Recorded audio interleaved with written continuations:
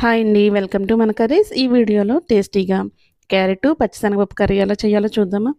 అరకప్పు వరకు పచ్చిశనగపప్పుని నీళ్లు పోసి గంట సేపు నాననివ్వాలి. అలాగే పావు కేజీ క్యారెట్‌ని చిన్నగా కట్ చేసుకొని తీసుకోవాలి.